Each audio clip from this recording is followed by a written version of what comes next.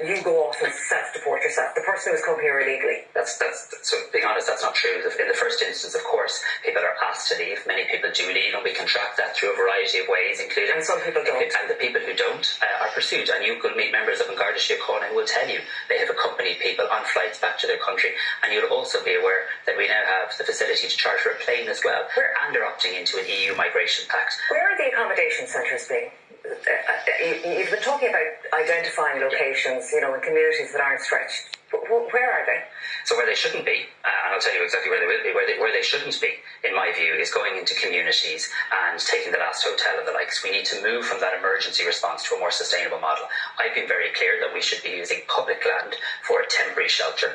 We've already identified, as you know, a number of locations, including Thornton Hall, that's being worked through now. But where else? Where are the other locations? That's the first one that we have identified.